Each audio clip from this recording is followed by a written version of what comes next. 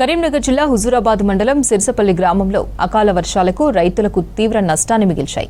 ధాన్యాన్ని మార్కెట్కు తరలించేందుకు చెరువు పక్కన బండ మీద వడ్లు ఆరబెట్టారు రైతులు. అయితే ఉదయం అకస్మాత్తుగా భారీ వర్షం కురవడంతో ధాన్యం మొత్తం చెరువులో కొట్టుకుపోయింది. కష్టపడి పండించిన పంట నీటిపాలు కావడంతో కన్నీటి పర్యంతమవుతున్నారు రైతులు. ప్రభుత్వం తమను ఆదుకోవాలని విజ్ఞప్తి చేశారు.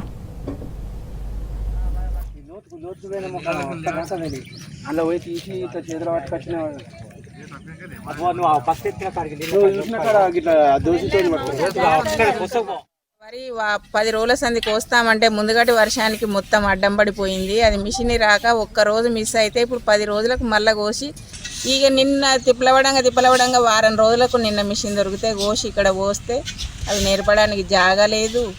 ఈ వరదకు కొట్టుకపోయి చెర్ల పెట్టింది.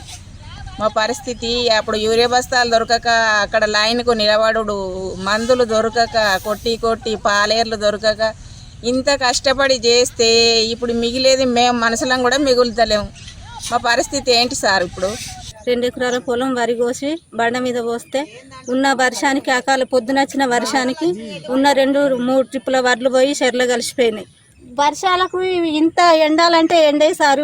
ఎండిన కాడికైనా కొంచెం పోవాలి. 5-6 రోజులు 6 రోజులు టైం పెడితే ఈ వర్షాలు అకాల వర్షాలు వచ్చుడు మమ్మల్ని నష్టం చేసుడు, ఉన్న వడ్లు పోయి చెర్ల పడుడు, మాకు మస్తు నష్టాలు అవుతాయి సార్. ఎప్పుడు మ్యాచర్ 14-15 రావాలంటే ఈ వర్షాలకు వస్తాయా సార్?